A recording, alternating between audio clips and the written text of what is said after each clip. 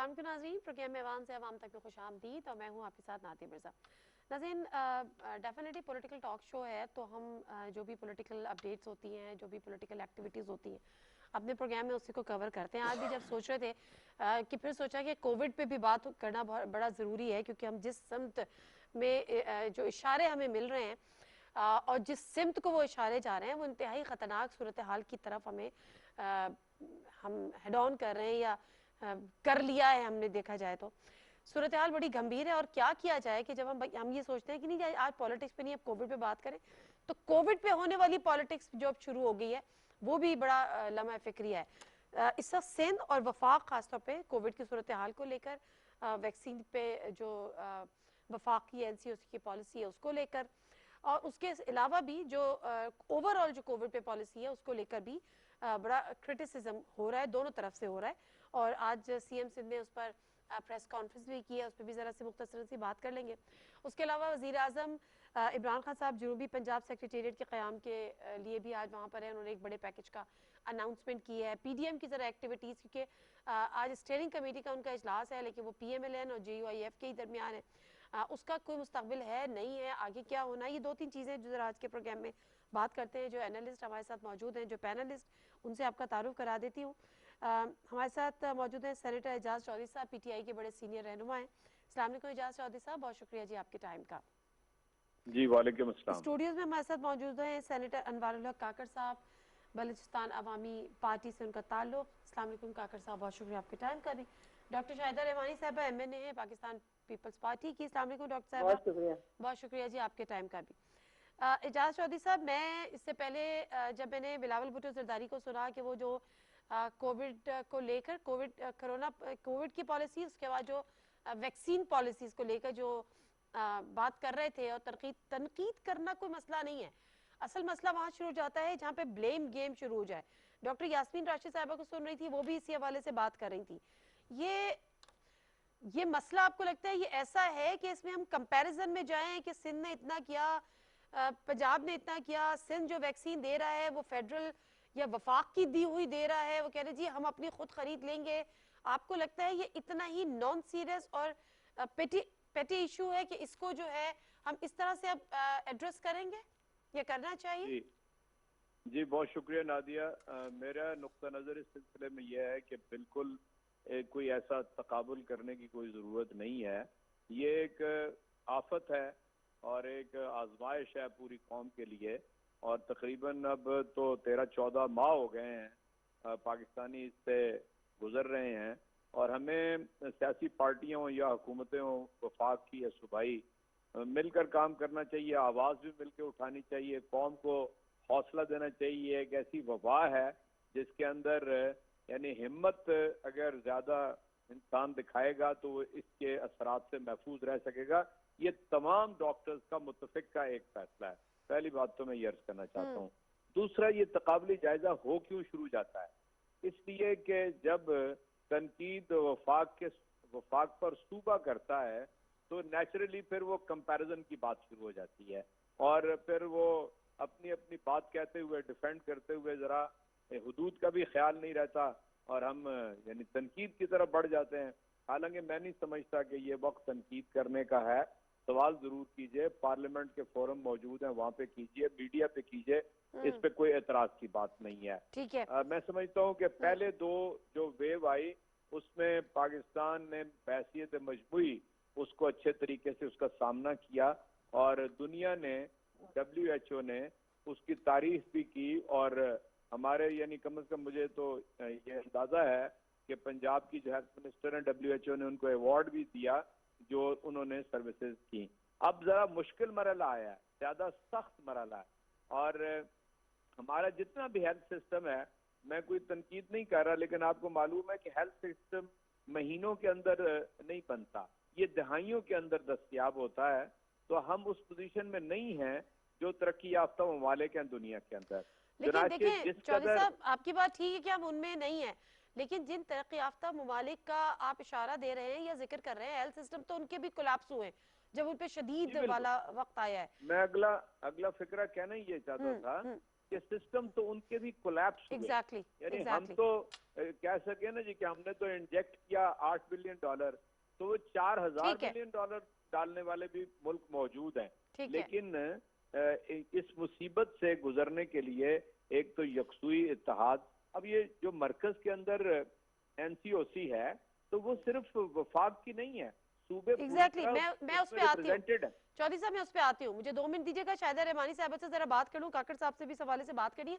शाहिदा रहमानी साहबा, मैं शायद आपसे ये सवाल आज नहीं करती अगर आज मैं CM सिंध की वो प्रेस कॉन्फ्रेंस नहीं सुनती। सिंध ने सबसे पहले एलोकेट किया बजट कि जी हम अपनी वैक्सीन खुद मंगाएंगे, हमें वफाक की जरूरत नहीं है। फिर सिंध ने कहा कि जी वफाक हमें इजाजत नहीं दे रहा। मेरी असद उमर साहब से भी ड्यूरिंग इंटरव्यू ऑन रिकॉर्ड है बात हुई, फैसल सुल्तान साहब से भी बात हुई, उनका उनको इजाजत की जरूरत नहीं है। हमने उनसे ये कहा कि जी आप हमसे शेयर करिए कितनी मंगा रहे हैं, कितनी लग रही है, मतलब जो आपका एक डेटा है। उसके बाद फिर आप लोगों ने कहा कि जी हमें इजाजत भी मिल गई है, हमें कोई मसला नहीं है, हम अपनी खुद मंगाएंगे। आज 2 माह बाद आप जो वैक्सीन की पॉलिसी है, करे क्रिटिसिज्म, नेग्लिजेंस भी हो सकती है, इनकॉम्पिटेंस भी हो सकती है, लेकिन फिर ये सवाल आपसे भी तो है ना, आपने क्यों नहीं मंगाई? बहुत शुक्रिया। देखिए, CM सिंह ने जो प्रेस कॉन्फ्रेंस की है उसके अंदर बहुत सारी और भी बातें हैं। और वैक्सीन तो सबसे अवलीन तरजीह विफाकी हुकूमत की है कि विफाकी हुकूमत अभी तक जो है वो इमदाद की मुंतजिर है और अब जाके ये फैसला है कि हम खरीदेंगे। लेकिन अभी तक आपने ये देखा कि इतनी बुरी सिचुएशन है। इस वक्त जो थर्ड लहर आई है, तीसरी लहर इंतहाई खतरनाक है। हिंदुस्तान में जो सूरत हाल है, अल्लाह ताला हमें उससे महफूज रखे। अभी बात कर रहे थे कि जी हमारे पास इतना हेल्थ सेक्टर इतना अच्छा नहीं है, लेकिन जहां जहां हेल्थ सेक्टर अच्छा था, इटली की मिसाल हमारे सामने, यूरोप की, बरतानिया की, अमेरिका की, वहां भी वो सिस्टम कोलैप्स कर गया। जब इस तरह का पेंडेमिक आता है तो सिस्टम धरा का धरा रह जाता है। अब जबकि आप पेंडेमिक से निपटने के लिए अल्लाह ताला ने हमें 1 साल से जायद अरसा दे दिया है और अब तक हम वो हंगामी सूरत हाल को फेस करने के लिए क्यों तैयार नहीं है। आप ये देखें कि लास्ट रमजान में प्राइम मिनिस्टर रोजाना PTV पे ही बैठते थे और लोगों से चंदा जमा कर रहे थे पेंडेमिक से निपटने का। वो पैसे कहाँ गए, क्यों नहीं उन लोगों पे खर्च हुए? चले जी, आपने लोगों पे खर्च नहीं किया। दुनिया में फलाही रियासतों के अंदर ये सारा कुछ होता रहा कि वो लोग जिनके कारोबार मुतासिर हो रहे थे, जो डेली वेजेस पे काम करने वाले थे, उनकी बाकायदा ये सारी बातें आपकी मैंने सुनी, आपको टाइम दिया, मेरे सवाल का जवाब नहीं आया, मगर क्यों यूटिलाइज नहीं किया शाहिदा साहबा, डॉक्टर साहबा, मेरे सवाल का जवाब नहीं आया। वफाक की NOC के बगैर सूबे कहीं से कोई चीज नहीं मंगा सकते। आपने ऐलान किया था कि आपको वफाक ने इजाजत दे दी है। हुकूमत गलत नहीं कह रही, अगर उन्होंने परमिशन नहीं दी, यही वजह है कि हम नहीं मंगा सके। लेकिन हम शाहिदा साहबा, जाने को अच्छा अब जरा रुक जाइएगा, मैं अपने सवाल का जवाब खुद ही दे दूंगी, ठीक है? आपको अगर आप माजरत के साथ शायद आप अपडेटेड नहीं है। काकड़ साहब, पहले सिंध ने कहा कि हम खुद मंगा लेंगे, मैं इस पर नहीं करना चाह रही थी, लेकिन आज CM सिंध ने जो पूरा एक चार्जशीट पेश की, हम उस पर मंगा लेंगे। फिर उन्होंने कहा कि जी वफाक इजाजत नहीं दे रहा, वफाक ने फिर उन्होंने बीच में कहा वफाक ने इजाजत दिया। आज उन्होंने कहा कि जो चाइना है और जो रशिया है, जहाँ से जो मेजर आपके इस वैक्सीन आ रही है, वो फेडरल लेवल पर डील करते हैं, वो सूबों से डील ही नहीं कर रहे थे। तो ये बगैर होमवर्क के ये criticism for the sake of criticism, इससे निकलेंगे नहीं निकलेंगे? नादिया, सबसे पहले तो बहुत शुक्रिया आपके ऑडियंस के लिए कि कोरोना वैक्सीन लास्ट 1 ईयर से उसकी अप्रूवल FDA यूनाइटेड स्टेट्स में, यूरोपियन रेगुलेटर्स के तहत, चाइनीज़ रेगुलेटर्स के तहत और रशियन रेगुलेटर्स के तहत प्रोड्यूस होना शुरू हुई। अब मार्केट में उसकी अवेलेबिलिटी कहाँ पर है? फाइज़र, एस्ट्राजेनेका, ऑक्सफर्ड, बायोएनटेक जो फाइज़र के साथ जुड़ी हुई कंपनी है जर्मनी में, वो साइनोफार्म चाइनीज़ और स्पुतनिक रशिया। ग्लोबल मार्केट में वैक्सीनेशन की जो अवेलेबिलिटी है वो WHO लेड एक प्रोग्राम जो कोवैक्स है, उसके तहत इशू यही था, इन्होंने कहा कि जो मेजर डेवलप्ड कंट्रीज़ हैं या रिच कंट्रीज़ हैं, उनकी एबिलिटी है टू प्रोड्यूस मोर वैक्सीनेशन, और जो डाउन ट्रोडन हैव नॉट्स हैं, जो पुअर ममालिक हैं, डेवलपिंग कंट्रीज़ हैं, उनको वैक्सीन की अवेलेबिलिटी नहीं होगी। ये एंटिसिपेशन में उन्होंने WHO के तहत एक प्रोग्राम डिज़ाइन किया कि इक्विटेबल डिस्ट्रीब्यूशन दुनिया में हो सके। ये सिंध, पाकिस्तान, मुराद अली शाह, बुज़दार, इमरान खान का मसला नहीं है, ग्लोबल इशू था और इसके लिए ग्लोबल पॉलिसी डिज़ाइन हुई। उसके तहत मेरे ख्याल में 15 मिलियन वैक्सीन्स जो हैं वो पाकिस्तान के कोटा में या हिस्से में आ रही हैं, जो प्रोबेबली मई के एंड तक पहुंचेंगी। दूसरा सोर्स था कि कोई भी मुल्क एज ए डोनेशन आपको दे दे, जिसमें चाइनीज़ ने आपको दी, वो सेंट्रल गवर्नमेंट के साथ डोनेशंस जो हैं वो हैंडल करते हैं। तीसरी जो प्राइवेट सेक्टर को भी अलाउड हैं, जिस तरह स्पुतनिक ने इंपोर्ट की थी, स्पुतनिक की वैक्सीन इंपोर्ट हुई थी रशियन, तो ये अगर कोई हुकूमत चाहती तो वो अपने बलबूते पे चाइनीज़ या रशियन वैक्सीन इंपोर्ट कर सकती थी, उसके लिए किसी इजाज़त की ज़रूरत कोई नहीं प्रोविंशियल थी। गवर्नमेंट चाहती है, आप उसकी बात कर बिल्कुल प्रोविंशियल गवर्नमेंट किसी भी प्राइवेट कॉन्ट्रैक्टर को उसको एडवर्टाइज कर देती कि जी हमें इतनी वैक्सीन्स चाहिए, और प्राइवेट कंपनी जो है वो उनको इंपोर्ट करके उनको दे देती। नहीं किया इन्होंने, उसको पॉइंट स्कोरिंग के लिए अगर इस्तेमाल करें, मुनासिब रवैया नहीं है।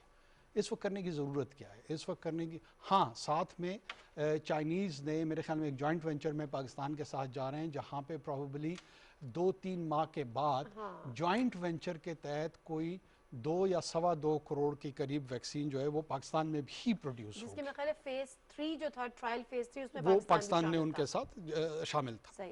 अब इशू ये है कि वैक्सीनेशन की जो पॉलिसी है वो रैशनलाइज होनी चाहिए, उसकी डिस्ट्रीब्यूशन विद इन फेडरेशन, जब फेडरेशन के हिस्से में वो 15 मिलियन आए या 20 मिलियन जितनी भी आए, उनकी किस बुनियाद पे डिस्ट्रीब्यूशन होगी। फ्रंट लाइन जो मेडिकल वर्कर्स है उनका सबसे पहले हक है, टीचर्स और यूनिवर्सिटी का जो स्टाफ है और स्टूडेंट्स हैं, मैं समझता हूँ उनको फौरी तौर पर इनोकुलेट कर देना चाहिए, वैक्सीनेट कर देना चाहिए।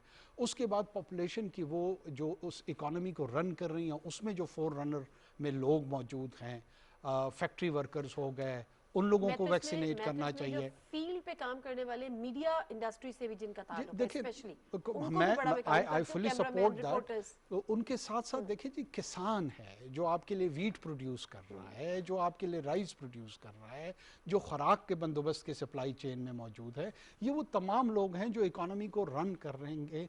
इन बातों के लिए डिस्कशन की ज़रूरत है, मॉट पॉइंट्स की ज़रूरत है कि कौन सी पॉपुलेशन को पहले टारगेट करना चाहिए। मैं correct me if I am wrong, Pakistan is the only country जहां पे ये प्राइवेट सेक्टर में खरीद के हम वैक्सीन लगा रहे हैं अपने आप को। ऐसे गालिब इम्कान है कि इस वक्त रीजन में पाकिस्तान के अलावा मुझे नहीं लगता कि कहीं पे जो पैसे दे के लगा रहा है। ऐसा ही है। इजाज़ चौधरी साहब, वो तमाम चीजें अपनी जगह के, एक ब्लेम गेम ना करें, पॉइंट स्कोरिंग ना करें, इस पे पॉलिटिक्स ना करें, लेकिन ये चीज भी हमने बड़ी देखी, क्योंकि जिस तरह से बात कर रहे हैं कि रीजन में पाकिस्तान के सिवा कहीं ऐसा नहीं हुआ कि प्राइवेट सेक्टर में उनकी मुंह मांगी, जो उन्होंने कहा कि जी हमने मार्केट से यूं उठाया 12,000 प्लस 18,000 17,000, ये तो एक है जो किस में मैं शुमार करूं, मतलब इनकॉम्पिटेंसी में शुमार करूं, किस चीज में मैं शुमार करूं, इसकी जरूरत क्यों पेश आई, पाकिस्तान को ही क्यों पेश आई? पहली गुजारिश तो मैंने ये करनी है कि मोहतरमा ने बिल्कुल, मैं समझता हूँ जिस चीज से परहेज करना चाहिए था वही पीपल्स पार्टी के जो नुमाइंदा उन्होंने किया है। मैं अब भी दरख्वास्त करूंगा कि ये न करें, यानी बिल्कुल वाज़े तौर पे ये तय था कि सूबे अलग मंगा सकते थे। सूबे तो क्या, प्राइवेट कंपनियां, जो आपका अब भी सवाल है, प्राइवेट कंपनियां मंगवा सकती थी रैप के जरिए, जिस तरह बाकी अद्वियात इम्पोर्ट की जाती हैं। कीमत मुकर्रर करने का क्राइटेरिया तय हुआ, फिर सिंध हाई कोर्ट के अंदर वो चले गए कि जी ये हमें वारा नहीं खाता। सिंध हाई कोर्ट ने 8500 रुपए से वो 12,500 रुपए कर दिया। इसलिए मैं नहीं समझता किसी दर्जे में कोई रुकावट। असल मसला क्या, असल मसला ये है कि दुनिया में अवेलेबिलिटी वैक्सीन की जो है वो बहुत लिमिटेड है।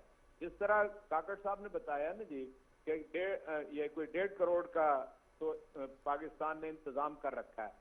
इस महीने के आखिर तक 7 मिलियन इंशाअल्लाह ताला पूरी हो जाएगी, जिसमें साइनोफॉर्म जो है वो 4 मिलियन है और 60,000 एक है, और फिर जो दूसरी है कैंसिनो वो 3 मिलियन है। ये 7 मिलियन इंशाअल्लाह और अजीज इस महीने के आखिर तक पूरी हो जाएगी। मुझे एग्जैक्ट तो नहीं पता, लेकिन ये हो ही नहीं सकता कि जी जब यानी वफाक कोई चीज तकसीम करे तो किसी एक सूबे को डिप्राइव करे ना। ये बात मेरा ख्याल है सिंध के वजीर आला कह ही सकते। अलबत्ता वो 2 माह में अपनी कोई कारकर्दगी नहीं दिखा सके इनका, उन्हें इसका उन्होंने मलबा जो है वो वफाक पे डालने की कोशिश की है। चौधरी अब आ जाता है आपका सवाल, हाँ जी, जो चीज मार्केट में अवेलेबल है, मेरा फहम ये कहता है वो किसी भी कीमत में अगर दस्तयाब हो जाती है ना, इस वक्त मैं बहुत सारे कॉरपोरेट सेक्टर के लोगों को जानता हूँ, वो कहते हैं जी किसी भी कीमत में आने दें आप मेहरबानी करके। सर तो ये गवर्नमेंट करे ना, आप लोगों ने इसके लिए डोनेशन लिया था, आप लोगों ने $1.5 करोड़ इसके लिए फंड्स एलोकेट किए थे in the month of November 2020। बिल्कुल, यानी वो तो ये वो परचेज फंड आपने करनी चाहिए थी। उन्हीं फंड के जरिए तो प्रोक्योर की जा रही है, और कौन सा देखें जो कोई के तौर पे कर दी वो 500,000 थी, वो आ गई हुई। मैं इसमें एक छोटी सी एडिशन, इजाज़ साहब आपकी इजाज़त से मैं एक बात करना चाहूँगा। इस वक्त जो WHO के कोवैक्स प्रोग्राम में जो सप्लाई चेन जानी थी इंडिया से, इंडिया ने उसको डिसरप्ट कर दिया है। उनकी जो डोमेस्टिक सिचुएशन इमर्ज हुई है, इससे पूरी ग्लोबल कम्युनिटी में जो है ना एक शॉकिंग वेव गई हुई है, क्योंकि पूरी सप्लाई चेन डिस्टर्ब हो रही है। वो जो प्राइवेट सेक्टर था वहां पर भी ये इसी की वजह से, जिसकी वजह से अवेलेबिलिटी पे बड़े सीरियस। मैं तो वो बात कर रही हूँ कि प्राइवेट सेक्टर भी, अगर प्राइवेट सेक्टर भी कहीं से इंपोर्ट तो कर रहा था ना, तो व्हाई नॉट गवर्नमेंट? नहीं, गवर्नमेंट ने, देखिए हमारे पास जो गवर्नमेंट का एक कोवैक्स का कोटा था जो 15 मिलियन के करीब है, दूसरा चाइनीज के साथ हम ऑलरेडी नेगोशिएशन में है, तो वहां पे प्रोड्यूस होगी तो आपके पास अवेलेबिलिटी आएगी। जब प्रोडक्शन नहीं होगी तो अवेलेबिलिटी कहाँ से सेक्टर ने कैसे इंपोर्ट किया? स्पुतनिक की कुछ की है, बहुत ज्यादा नहीं की है। सबसे ज्यादा प्रोड्यूस करने वाला वो इंडिया था, जहाँ पर जो कमिटमेंट उसने WHO से की और दुनिया से की, वो उन कमिटमेंट से नहीं पूरा कर सका। उसके असरात हर जगह, चाहे वो प्राइवेट सेक्टर हो।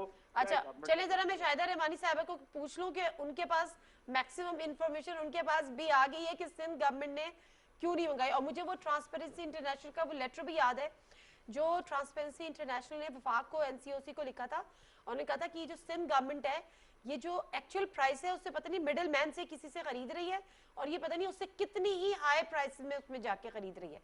और आज हमें वो ये बता रहे हैं कि जी आप फेडरल से चाइना डायरेक्टली डील करता है, तो इसलिए हम उसको मंगा नहीं सके। बहरहाल अगर इसमें कुछ ऐड करना चाहें तो कर दें, लेकिन मैं ख्याल है इससे बाहर निकल जाते हैं। What do you think?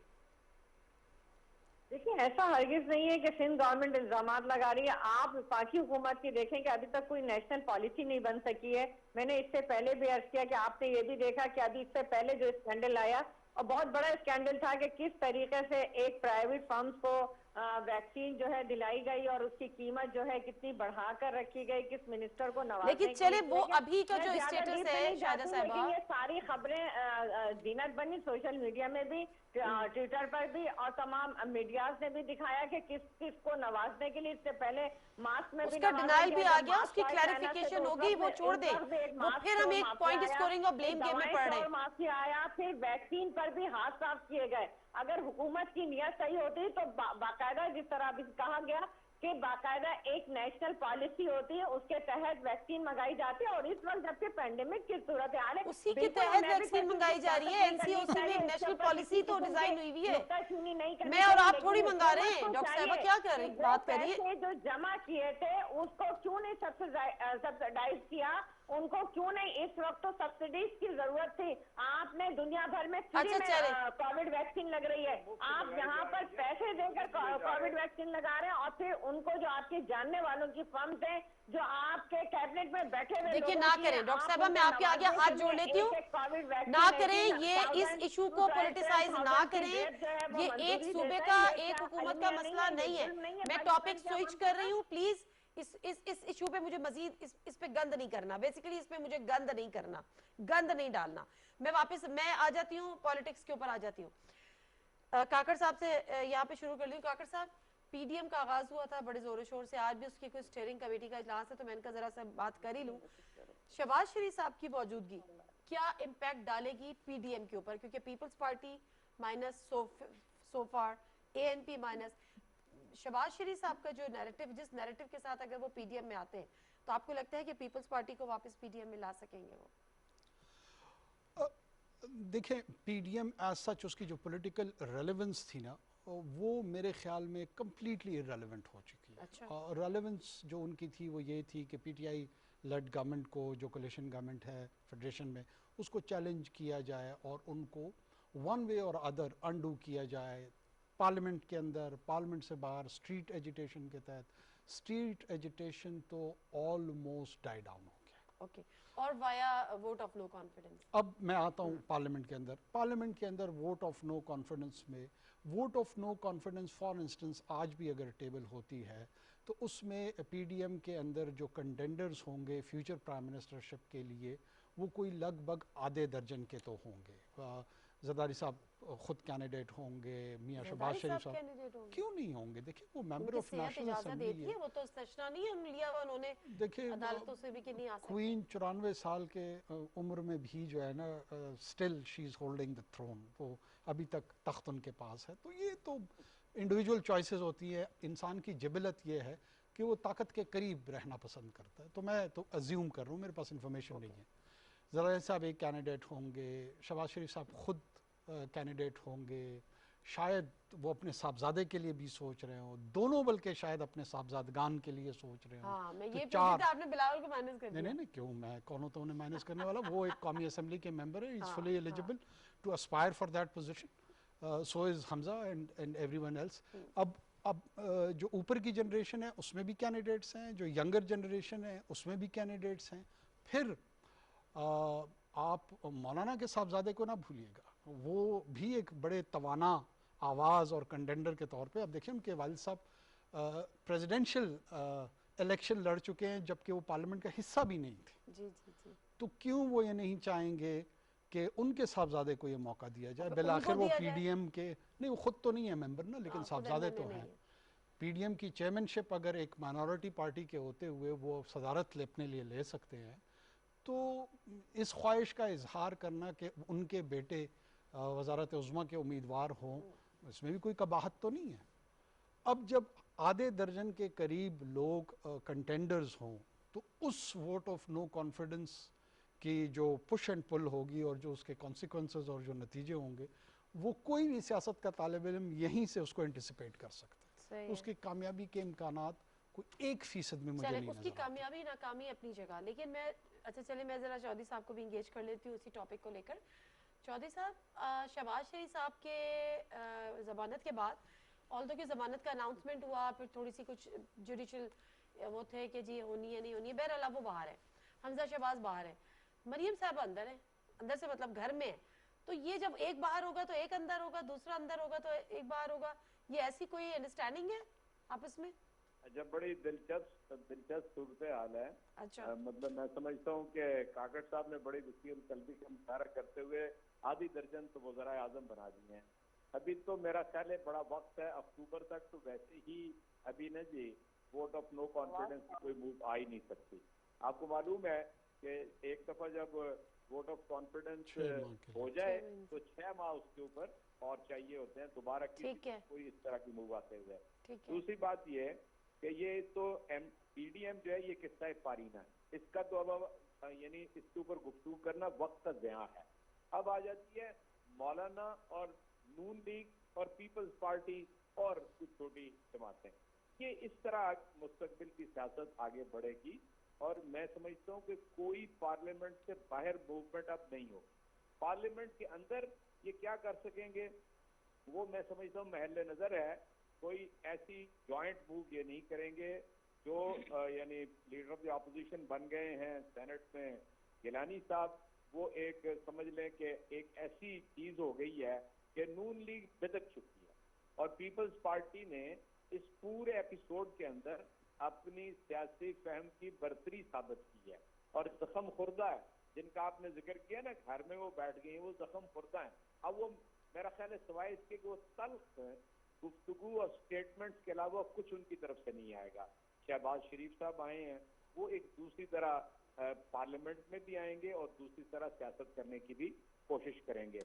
वो उनका जो पुराना एक फिलॉसफी है कि वो कंसंट्रेशन की बजाय वो चाहेंगे कि पार्लियामेंट के अंदर रह के वो अपनी बातचीत और सियासत को करने की कोशिश करें। ठीक है, और लेकिन यहाँ पर जी यानी लंदन से आप लंदन से हिदायत नहीं आएंगी, ये पक्की बात है। वो ये कहते हैं ना जी वो शीन और वो नून में से शीन निकल आई है नून में से, और अगले दिनों के अंदर आप देखेंगे उसके शाखसाने सामने आएंगे और मोहतरमा जो है ना वो अपने घर में रहेंगी और हुआ ये है कि बिलावल और मरियम के दरमियान एक मैच था, नई जनरेशन में कौन ये मैच जीतेगा। मेरे ख्याल के मुताबिक बिलावल जीत गया और मरियम को बुरी तरह जख्म खुर्दा। चले, आज तो आपने पीपी वालों को खुश कर दिया, वैसे पीपल्स पार्टी वालों को। तो उम्मीद है डॉक्टर शाहिदा रहमानी साहबा जो है ना, वो जरा अच्छे अच्छे ठंडे ठंडे जवाब देंगी। अच्छा डॉक्टर शाहिदा रहमानी साहबा, मुझे एक और चीज बता दें, क्योंकि हर पॉलिटिकल पार्टीज के साथ भी और कुछ इंडिविजुअल्स के साथ भी। अच्छा, मुझे ब्रेक का कहा जा रहा है, मैं ब्रेक ले लेती हूँ तो वापस आती हूँ कि पीपल्स पार्टी की कंपैटिबिलिटी किसके साथ ज्यादा होगी। आया कि जो मरियम नवाज वाला यानी नवाज शरीफ वाला ग्रुप है या कैंप है वो से, या शीन से। मुख्तसर सा ब्रेक, वापस आते हैं।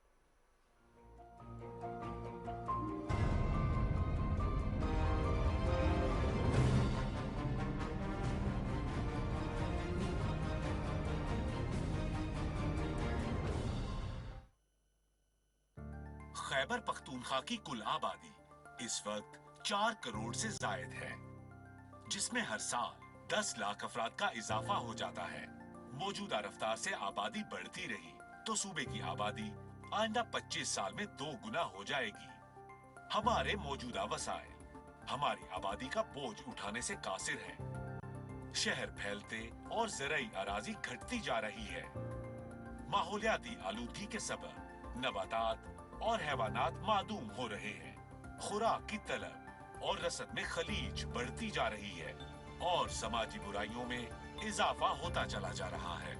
वालिदैन अपनी जिम्मेदारियों की अहसन अदायगी को यकीनी बनाएं। वसाइल और आबादी में तवाजुन के लिए बच्चों की पैदाइश में 3 साल का वक्फा रखें। तवाजुन बरकरार, जिंदगी बावकार। महकमा बहबूद आबादी, हुकूमत खैबर पख्तूनख्वा।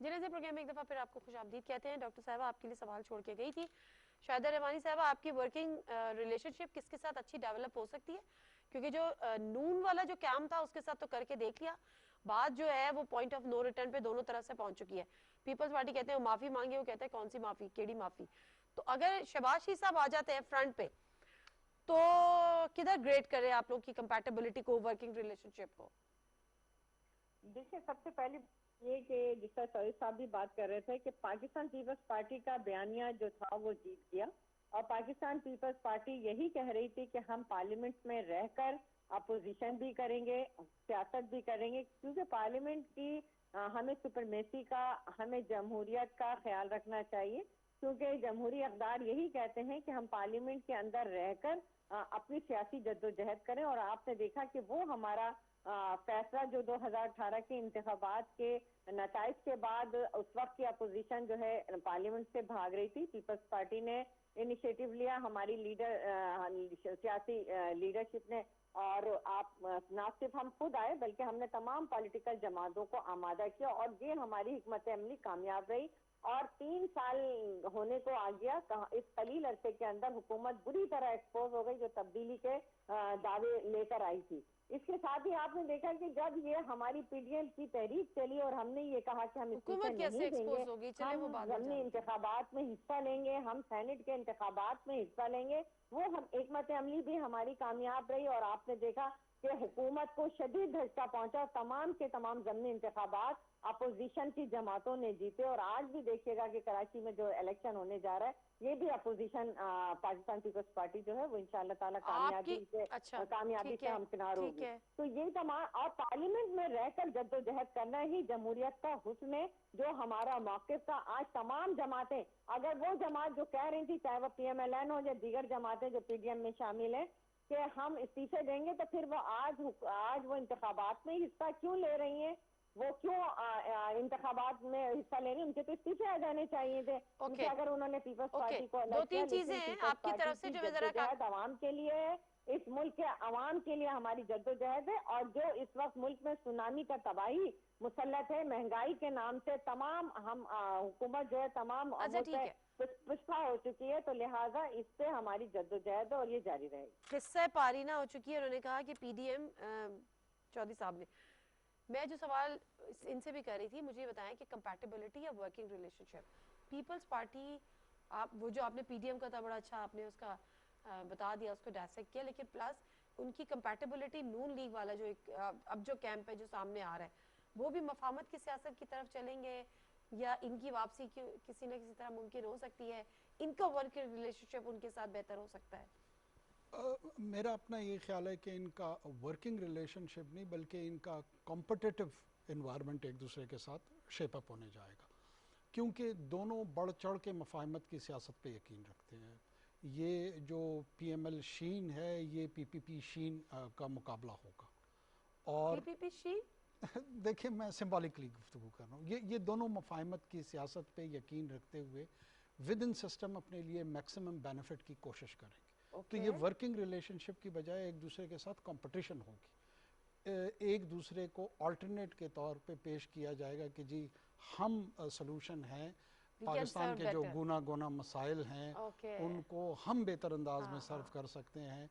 और मेरा ये एज अ पॉलिटिकल स्टूडेंट ये व्यू है कि ये पाकिस्तान के अवाम को एक दूसरी डिलूजन की तरफ धकेलना, आवाज ही नहीं आ रही है, ये डिलूजन कि ये दोनों सर्व कर सकेंगे, वो इस वजह से है कि देखिए आप अपने पास्ट एक्सपीरियंस में यू डू नॉट री इन्फोर्स फेल्योर, आप नाकामी को बार बार दोबारा लेकर नहीं आते।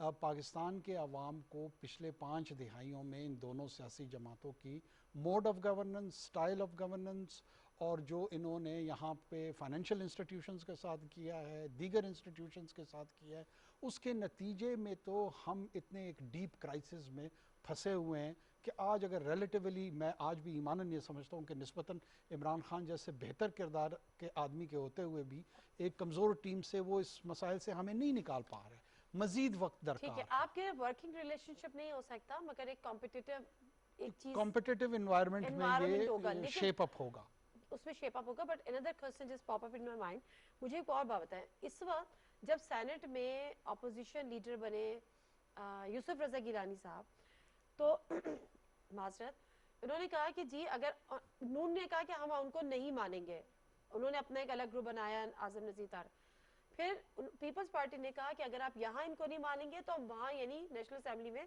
शहबाज शरीफ को नहीं मानेंगे। तो ये वाली टसल का भी आप इम्कान देख रहे हैं विद इन बोथ हाउसेस? देखें वो जो कंपटीशन जिसकी एक तरफ तरफ मैं एक की हिंट कर मेजॉरिटी रहा है, हूँ, दूसरी तरफ दूसरी की मेजॉरिटी मैं है। जिस तरफ हिंट कर रहा हूँ, नहीं तो उस तरफ भी नून की मेजॉरिटी है, इस तरफ सेनेट में तो नून की नहीं है ना, सेनेट में पीपी की मेजॉरिटी है। सेनेट में भी पीपीपी की नहीं थी, पीपीपी एंड अलाइज बन गए थे तो मेजॉरिटी आई। Credit goes to you, to us, to them, to reconciliation, to whosoever, लेकिन on their own तो उनके पास मेजॉरिटी नहीं थी नून से तो ज्यादा सीट्स थी ना। यकीनन, लेकिन जो रिक्वायर्ड आई नो तादाद थी वो रिक्वायर्ड नहीं नहीं थी, रिक्वायर्ड होती तो Yes, फिर तो आप उनको कि रेस्क्यू करने नहीं ना जाते ना। चाहते। मेरा यही- सवाल यही ये है कि कैफियत- within the opposition parties, if I do we do compare make the comparison between Noon league and PPP, तो यहाँ पीपीपी की है, वहाँ नून लीग। चलें इसको अगर तस्लीम भी कर लेते हैं। मैं फिर वही कह रहा हूँ कि ये जो हिंट है ना, जो टसल की है, वो कहीं पर कंपटीशन में भी कन्वर्ट होगी। कहाँ होगी? आई rest my case with your audience. वो खुद ही इतनी इंटेलिजेंट है, उनको अंदाज़ा है जाहिर सी कि बात। वो कहाँ पर कंपटीशन होगा। लेकिन मैं जिस इम्पॉर्टेंट पॉइंट की तरफ हिंट करना चाहता हूँ, पाकिस्तान के जो 22 करोड़ लोगों के इकोनॉमिक मसाइल हैं, उनका हल शहबाज शरीफ साहब के जो स्टाइल ऑफ गवर्नेंस है, जो ऑप्टिक्स बेस्ड है, जूते पहनकर सैलाब में पहुंच गए, हैट शर्ट पहन के, ये तमाम ऑप्टिक्स हैं। ब्यूरोक्रेसी को इस अंदाज में इंसल्टिव मैनर में हैंडल करना, ये कोई इंस्टीट्यूशनल अरेंजमेंट नहीं है, इंस्टीट्यूशनल मैकेनिज्म ऑफ गवर्नेंस नहीं है, एक कल्ट स्टाइल है। अगर वो शख्स वहाँ पर वो कल्ट मौजूद ना हो तो सब कुछ कोलैप्स कर जाएगा। तो पाकिस्तान या पंजाब को जो ये बार बार कहते हैं ना कि फलां साहब याद आ रहे हैं, मुझे तो बिल्कुल भी याद नहीं आ आप पंजाब में रहते नहीं है ना, रहा। मैं पंजाब में नहीं, पाकिस्तान का शहरी तो हूँ ना। तो आपसे उनकी गवर्नेंस का कोई वास्ता भी तो कभी क्यों नहीं है पड़ा। गवर्नेंस? मैं लाहौर जाता हूँ, लाहौर मेरा उतना ही शहर है। एक तो हमने ये बड़े ट्राइबल और रेजिमेंटल अंदाज में तकसीम इस मुल्क में कर दी है। कोयटा मेरा है, लाहौर मेरा नहीं वो है, पूरा पाकिस्तान कराची मेरा है। आपका, पूरा लेकिन पाकिस्तान आप मेरा और residents आपका नहीं है है। वहाँ के। देखिए सिर्फ मैं ये मसला है। रेजिडेंट नहीं हूँ, ये बात ठीक ये बात है, ये इस इस हद हद तक तक मैं दुरुस्त इसी है। कॉन्टेक्स्ट में कह रही हूँ बाकी कि आप resident लाहौर नहीं मेरा उतना ही शहर है जितना कोयटा मेरा मेरा शहर भी है, है, पूरा पाकिस्तान कराची मेरा मेरा कोटा उतना ही शहर है जितना पेशावर मेरा शहर है। आप रेजिडेंट नहीं जी। है, तो एडमिनिस्ट्रेटिवली आपने उनको डायरेक्टली वो मैं आ रहा हूँ जी उस पर। बिल्कुल आप ठीक कह रहे हैं, एडमिनिस्ट्रेटिवली मुझ पर इम्पैक्ट नहीं आ रहा है, लेकिन Exactly. मेरी ऑब्जर्वेशन तो है as a citizen of this country. मैं यही अर्ज कर रहा हूँ, मैं आज से 5-6 साल पहले लाहौर गया हुआ था चंद सहाफ़ियों के साथ मुलाकात के लिए बतौर तर्जुमान। तो बड़ी तारीफ़ें इनकी गवर्नेंस की चल रही थी। तो हमें एक मशहूर सहाफ़ी हैं, उन्होंने दावत के लिए भट्ट कढ़ाई जो फोर्ट्रेस के करीब है वहाँ पे उन्होंने रात का खाने के लिए मधु किया। जो उनके आसपास गलियां थी, बारिश के नतीजे में वो पूरी की पूरी ढकी हुई थी, पानी से भरी हुई थी। तो वो गवर्नेंस उस वक्त भी इसी तरह बुरा हाल था, लेकिन मीडिया की तवज्जो या प्रायोरिटी नहीं थी उसको एक्सपोज करने में, उसको रिव्यू करने में, लिहाजा पता नहीं लगा। अच्छा, मैं ये जो डिवाइडेड ऑपोजिशन जिसकी बात अभी काकर साहब भी कर रहे हैं, तो चौधरी साहब, इजाज चौधरी साहब, ये गवर्नमेंट के लिए कितना मतलब बेनिफिशियल होगा, या गवर्नमेंट के लिए वो कितनी सपोर्टिव होगी कि जी रादर देन आप एक बड़ी ऑपोजिशन को या ग्रैंड ऑपोजिशन अलायंस को फेस करें, आपके आगे एक डिवाइडेड ऑपोजिशन है और जो अपने आप को प्रेजेंट भी कर रही है कि वी कैन सर्व बेटर।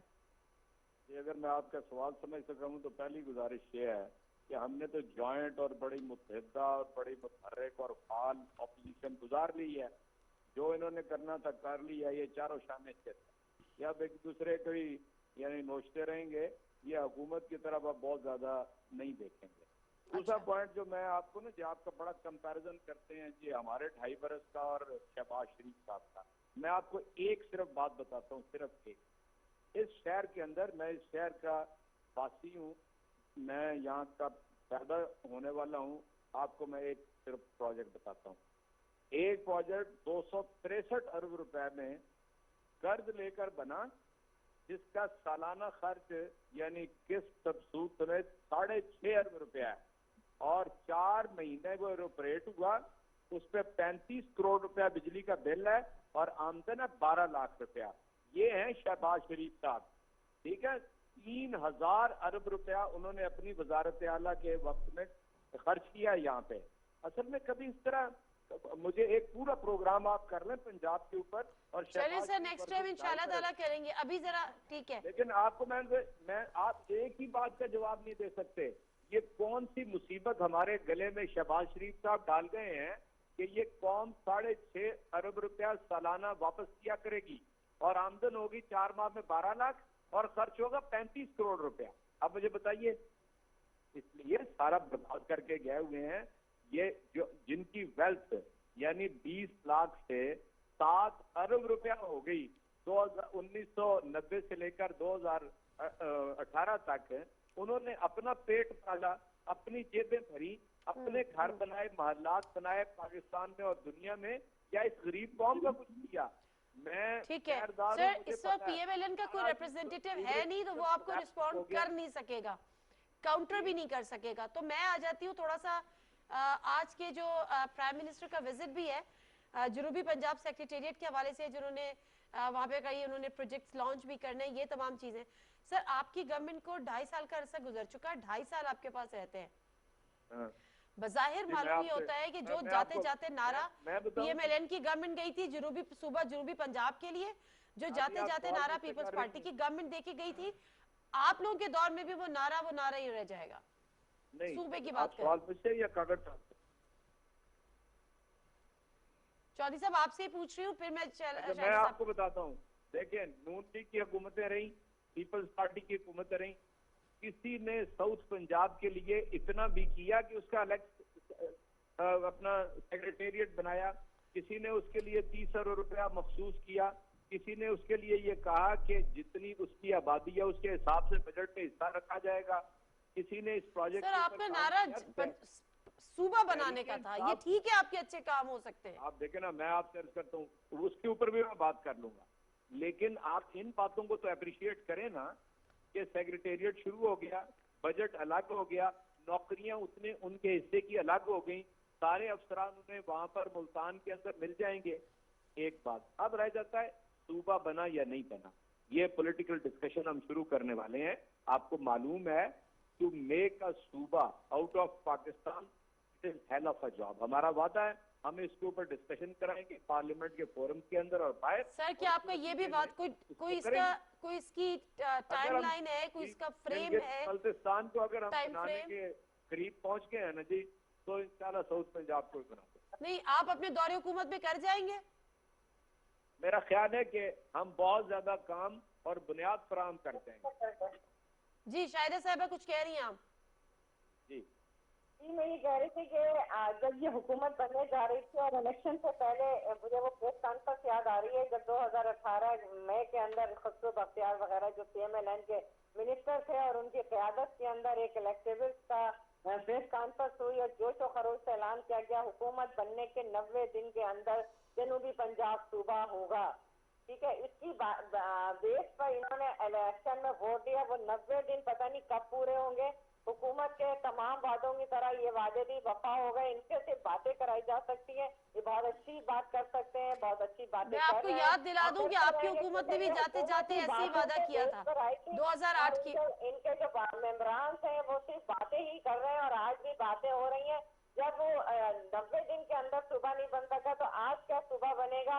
इसी तरह जब अब इनकी हुकूमत गिर रही है, आज जहांगीर तरीन की शक्ल में एक अलहदा फॉरवर्ड गुलाब बन रहा है, इनके दरो दीवार लड़क रहे हैं, तो आज जो है पीएम साहब फिर निकले। एक तरफ कोविड की बदतरीन सिचुएशन है, तशवीशनाक सूरत हाल है, दूसरी तरफ पीएम उसके बजाय उसको एक तरफ रखकर सियासत करने के लिए जनूबी पंजाब पहुंचे और वहां जाकर उन्होंने ये संग बुनियाद रखा।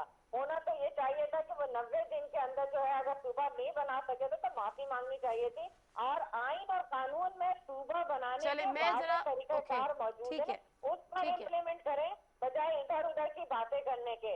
आप सुबह पंजाब की असेंबली में वो करारदाद वो रेगुलेशन पेश करें और उसके ऊपर इम्प्लीमेंटेशन करें और जिस तरह पीपल्स पार्टी की हुकूमत ने नेशनल असेंबली में पेश किया था। ठीक है, ये नारे सियासी नारे बनके क्यों रह जाते हैं जरा मुझे, और जिसकी वजह से हम उसे वहाँ पेश नहीं कर सके थे। आज आप अक्सरियत में मौजूद हैं, उसे पेश करें और सूबा बनाएं बजाय इधर उधर की बातें करने। अच्छा सूबा बना ले जी, बस आँख खुले और आप सूबा बना ले। मुझे समझाएं जरा कि वो कौन सी चीजें होती हैं, कौन सी हर्डल्स होती हैं, और ये जो जनूबी पंजाब का स्पेशली जो सूबे की बात होती है, ये हर पार्टी का एक सियासी नारा बन के रह जाती है जो हमने माजी देखा, पीपल्स पार्टी हो पीएमएलएन हो। अभी चौधरी साहब भी कह रहे हैं कि हम कम से कम इसकी बेस मजबूत कर जाएंगे, जबकि इनका भी यही वादा था कि हम सूबा बनाएंगे। उसी तरह से जिस तरह से गिलगित बल्तिस्तान की बात होती है कि जी उसको भी सूबा बनाना है? देखिए नाज़िम, मेरी अपनी राय है। मेरी राय में पाकिस्तान में जब भी आप प्रोविंशियल सेटअप्स के लिए जाते हैं, आप कॉलोनियल हिस्ट्री देख लें, जो 200-300 साल में NWFP की तहरीक चली कि उसको सूबा बनाया जाए, बंगाल की तहरीक चली कि उसको सूबा बनाया जाए। ये इसलिए तहरीकें चलती थी कि कॉलोनियल पीरियड में वहाँ के रेजिडेंट चाहते थे कि उनकी इंतज़ामी ज़िंदगी या उनकी ज़िंदगी से जो जुड़े हुए इंतज़ामी मामलात हैं वो आसान हो। और वो उस वक्त वो दिल्ली सरकार के पास ना पहुँचे, यानी मरकज़ की तरफ ना जाएं, और मकामी सतह पे उनके मसाइल हल हों। और मकामी सतह में सूबा जो था वो एक बुनियादी एडमिनिस्ट्रेटिव यूनिट था। अब पोस्ट इंडिपेंडेंस के बाद हमारे यहाँ बदकिस्मती से सूबे को एडमिनिस्ट्रेटिव एंगल से ज़्यादा आइडेंटिटी पॉलिटिक्स के इर्द गिर्द जोड़ा जाता है। बंगाल, अर्स्टवाइल ईस्ट पाकिस्तान जो बंगाल था, वहाँ पे यही मसला हमारे साथ हुआ। फिर हमने यहीं पे बदकिस्मती से नारे सुने कि सिंध की तकसीम हमें किसी तौर पे काबिल कबूल नहीं। सिंध, पाकिस्तान की तकसीम काबिल कबूल है, सिंध की तकसीम काबिल कबूल नहीं है, पंजाब की तकसीम काबिल कबूल नहीं है, बलूचिस्तान की तकसीम काबिल कबूल नहीं है, या पख्तूनख्वा की तकसीम काबिल कबूल नहीं है। जब तक आप यहाँ पर एडमिनिस्ट्रेटिव प्रोविंसेस के साथ, चाहे वो डिस्ट्रिक्ट की सतह पर आप लाएं या डिवीज़न की सतह पर लाएं, आप उसको इथनिक आइडेंटिटी से डी लिंक नहीं करेंगे, इस मुल्क के इंतज़ामी मामलात और मसाइल मेरी नाचीज़ राय में दुरुस्त नहीं हो सकते। जनूबी पंजाब वाले जो सूबे की बात हो रही है वो भी एथनिक बेस्ड ऐसे ही है, बिल्कुल ऐसे ही है। मैं तो अलल ऐलान, ये मेरी ज़ाती राय है, लेकिन मैं इस राय पे कायम हूँ। जब तक इस मुल्क में आप इतने अंदाज में सूबों की तरफ ले जाने की कोशिश करेंगे, ये कोई सेहतमंदाना रुझान नहीं है। ओके, लास्ट कमेंट दे दीजिएगा चौधरी साहब कि आप अग्री करते हैं काकर साहब की इस बात से कि जो जनूबी नॉर्मली वैसे तो यही है कि हमने जब जनूबी पंजाब की बात होती थी तो शहबाज शरीफ साहब उससे पीपल्स पार्टी को ताना देते थे कि कराची को आप अलग सूबा बनाएं तो फिर बात कीजिएगा। तो ये भी इसी कॉन्टेक्स्ट में देखते हैं। देखिए नादिया, मैं तो कतई तौर पे न जी किसी को ताना नहीं दूंगा। जब ये बात शुरू हुई थी जनूबी पंजाब सूबे की, तहरीक इंसाफ के अंदर बिल्कुल क्लैरिटी थी, हम इसके ऊपर काम करेंगे और हमने उसका काम शुरू कर दिया। काकड़ साहब की बात से मैं 100% इत्तफाक करता हूँ कि असल में ये सबसे पहले तो ये इंतजामी मसला है और सबसे ज्यादा लोगों के हुकूक का और उनको इंसाफ जल्द मिलने का मसला है। हमने उसकी तरफ इन 2.5 सालों के अंदर खासी पेशरफ्त कर दी, नौकरियां तकसीम कर दी हैं, उसका सेक्रेटेरिएट बिल्कुल ठीक है। और मेरा ख्याल है ये जो मजीद सूबों की बात होती है, जो आप जिसका सवाल कर ये होने ही इंतजामी मसले चाहिए और एडमिनिस्ट्रेटिव बेसिस पर ही मजीद सूबों का कयाम होने चाहिए। इसको एथनिसिटी से तो लिंक करना ही नहीं चाहिए। और मेरा ख्याल है जो इस चीज को लेके हवा देते हैं और वो जो धरती माँ से रिलेट करते हैं कि खुदा ना करे ऐसा लगता है कि वो हम निकाल के वो सूबे अगर और बढ़ जाएंगे तो गॉड फॉरबिड इंडिया को दे देंगे। भाई वो पाकिस्तान का हिस्सा रहेंगे, सूबों को ओन नहीं करना, पाकिस्तान को ओन करना है। तमाम पैनलिस्ट का शुक्रिया अदा करूंगी। नादिर मिर्जा को इजाजत दीजिए, अल्लाह हाफिज।